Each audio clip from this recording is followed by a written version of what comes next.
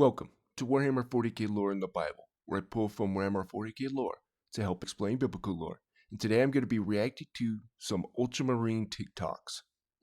And I also do a Warhammer 40k lore in the Bible series in short format and long format.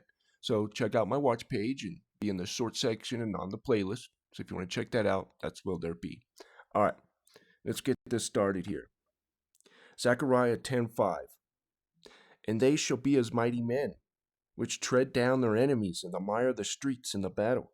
And they shall fight, because the Lord is with them, and the riders on the horses shall be confounded. All right, let's get this started here. Is Malum Kado the greatest space marine of all time? And if you don't know, Malum Kado is from the game Bolt Gun. You should really try it. It's a great game. But anyways, if you like the Doom style of gameplay and pixels and all that. As a firstborn Stern Guard veteran, Kado is among the elite warriors of the Ultramarines, renowned for their discipline and tactical prowess. His name, Malum Kado, translates to "I kill evil," reflecting his unwavering dedication to eradicating the enemies of the Imperium. In the video game Warhammer 40,000 Bolt Gun, Kaido is dispatched by the Inquisition to the Forge world of Graia. His mission, to retrieve a dangerous warp-based power source and thwart a chaos invasion led by the sorcerer Tumulus Samael of the Black Legion. He pretty much single-handed, I probably shouldn't say that, give it away, but anyways, you just say he does this by himself, right? But let's get into Samson. So I want to talk about Samson. Okay. So Samson was ordained as a Nazirite judge of Israel, endowed with supernatural strength to fight the Philistines. Now, to understand this, we have to know what was also in the Philistines, right? We know Goliath, 13-foot tall giant, right? Well, let's go to Genesis 6, verse 4. And there were giants in the earth in those days, and also after that, when the sons of God came into the daughters of men, and they bare children to them. The same became mighty men which were of old, men of renown. So, now knowing that, that's what Samson was going up against. These quote-unquote demigods and giants with supernatural strength, right? But he also had supernatural strength. And we'll see what his feats here. So, empowered by the Spirit of the Lord, he killed a lion, carried away the massive city gates of Gaza, and used a donkey's jawbone to slaughter 1,000 Philistines. So, now some people say, well, maybe this was the story of Hercules and blah, blah. No, totally different stories here, right? And Hercules would be the Nephilim, a giant, right? The men of renown, right? It says there. But anyways, I want to get that out of there. And then, yeah. Anyways, let's keep going. After a catastrophic drop pod landing leaves him as the sole survivor, Kado battles through hordes of chaos cultists. Oh, by the way, and these Nephilim, or these giants and all that, right? It wasn't just giants, but they became the evil spirits in 1st Enoch, right? And I believe it's 1st Enoch 10, I do believe that says that. Somewhere around there. Or 15, I can't remember, darn it. Anyways, they became the evil spirits and the demons that we now know of. You know what? I'll bring that up. Let's let this finish out here. Heretic Astartes and demons. His resilience and combat expertise are on full display as he confronts the forces of chaos alone. Kado's relentless pursuit leads him to a climactic battle against Tumulus Samael aboard an orbital void station. Despite overwhelming odds, he successfully defeats the... That was fun, man. And then going up against the Lords of Change. They can get pretty hard at times, then. Anyways, I don't want to give away any more, but it was pretty fun. Sorcerer, securing the power source and preventing the transformation of Graia into a demon world. Okay. So it's 1st Enoch chapter 15. So evil spirits verse 8, and now the giants, who are produced from the spirits in flesh, shall be called evil spirits upon the earth, and the earth shall be their dwelling. Evil spirits has proceeded from their bodies, because they are born from men and the holy watchers. And it says here, and the spirits of the giants afflict, oppress, destroy, attack, do battle, work destruction on the earth, and cause trouble. They take no food, but nevertheless hunger and thirst, and cause offenses. And these spirits shall rise up against the children of men and against women, because they have proceeded from them. So, and the reason why I bring that up, so before Noah, or during Noah's day, they're called the Nephilim. After, they're called the Rephaim. The Rephaim literally means to invigorate a giant. Aga Bashan, he was a Rephaim, and probably Goliath and all of them, right? And this is probably where reincarnation comes from. And so Rapha also means, the root word means to heal, to mend, repair, right? That's where the word Rephaim comes from. It means the invigorated giants. So, very interesting when you talk about demons and all that. But anyways, let's finish this up here. Balaam Kaido's heroics exemplify the valor and determination of the Ultramarines. His actions on Graia not only halted a significant chaos threat, but also reinforced the Imperium's faith in the unwavering might of the Adeptus Astartes. Want to tell your own epic stories like this? The secret's in my bio. Check it out and start creating. Is Marlon... All right, so before we move on, we're going to talk about Samson's last feat here. So, of course, he was betrayed. Delilah betrayed him, cut his hair, all that. But here's the final act. So while in prison, his hair began to grow again at a Philistine feast in the temple of Dagon. And what's interesting is the priests of Dagon look very, very familiar to the Pope's hat, the Pope's mitre, fish head, same exact thing. You can go look that up yourself. So, if you want to know what a Dagon priest hat looks like. But anyways, he prayed for strength one last time, destroyed the temple pillars, and died with his enemies, killing more at his death than during his life. So, interesting. But anyways, let's move on. Now we're going to be reacting to Paul the Geek's What Is It Like to Be an Ultramarine? All right. Ultramarine. Imagine that you undergo training according to the most complex military doctrine, where every action is carefully calculated and every tactic is refined to perfection. What defines the Ultramarines? Their home planet, Macragge, represents a realm of order and efficiency. In this society, every citizen is assigned a specific role, and every Ultramarine is destined to become a hero. The training is strict and includes... All right. So we're going to be talking about David's mighty men. And we talked about the giants, right? Now they're going to be fighting the giants. So 2 Samuel 21, 15 through 22, but we'll just do a little bit of it. Moreover, the Philistines had yet war again with Israel, and David went down, and his servants went with him and fought against the Philistines, and David waxed faint.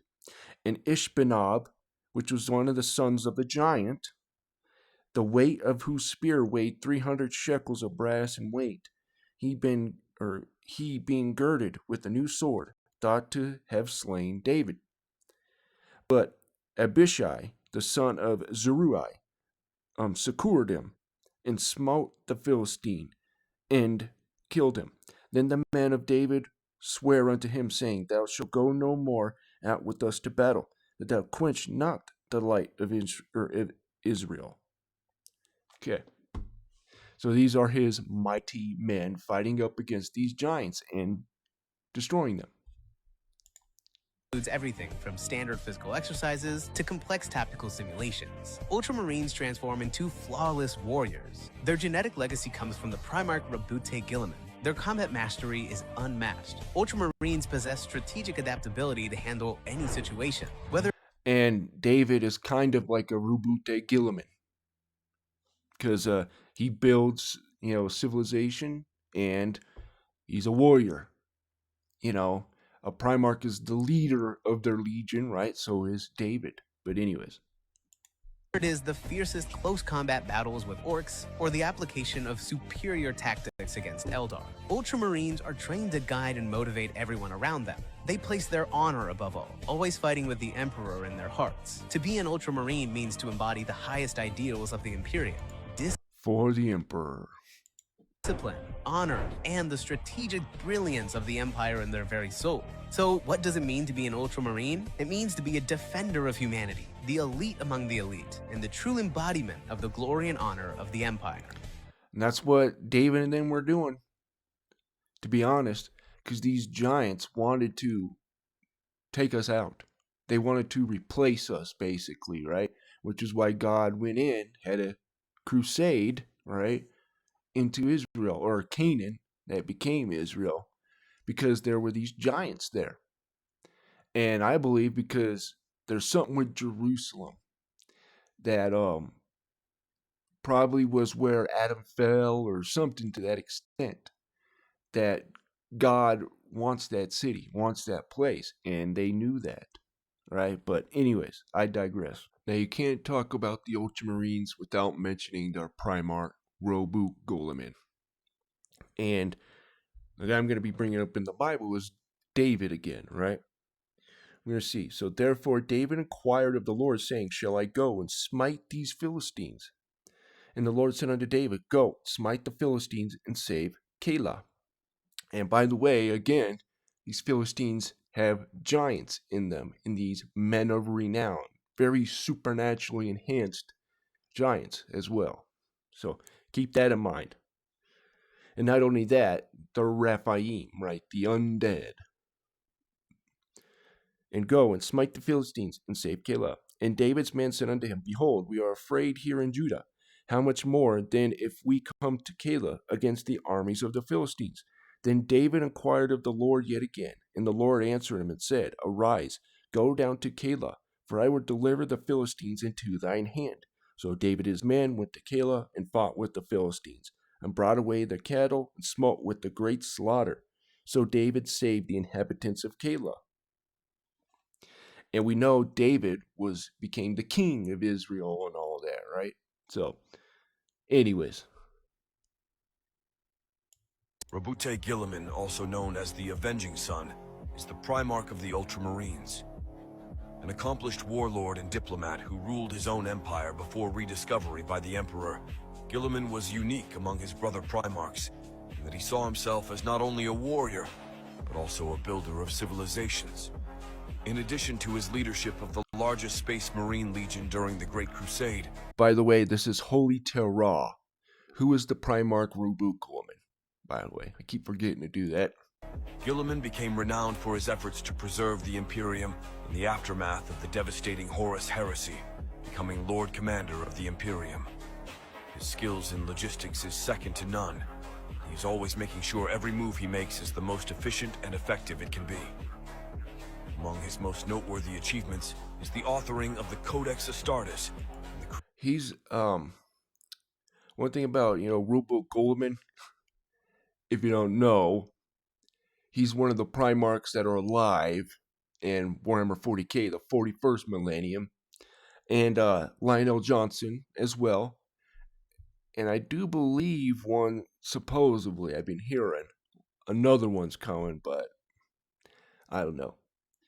But anyways, yeah, like you said, it started the Codex Astartes, and he builds civilizations, right? This is kind of what David kind of does, right? But anyways, I just wanted to get that out there. Creation of the modern imperial military structure and be wounded by a demon blade, resulting in him being put into cryostasis. Shortly after the 13th Black Crusade, Robute Guilliman was restored from his wounds. Now once again leads the Imperium as its Lord Commander and Imperial Regent, the living voice of the Emperor. Now, one thing about Robu Goleman is he doesn't worship the Emperor as a god, okay?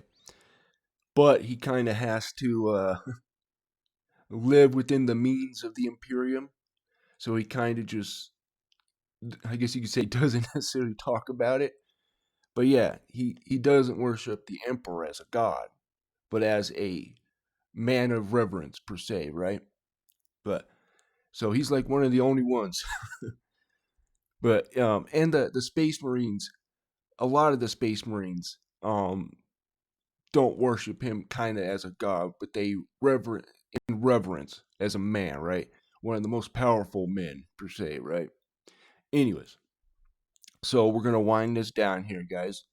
Um, I am gonna get these more out there. You know, probably like 2, maybe sometimes 3 a week. And then also I'll do my lore series as well every Monday. So every Monday, and then every Tuesday or Wednesday, I'll put out the short version of that if you like more of a narrative experience. Anyways, um, I hope you enjoyed this. This wasn't as supernatural as they usually are, even though it talks about the giants and stuff like that, or I talked about the giants. Anyways, if you're looking for a jitterless energy drink, check out Dubby. I have a discount link in the description. Every time you use that, you will be helping out the channel, and I appreciate everyone who has used that link. But anyways, guys, have a wonderful day.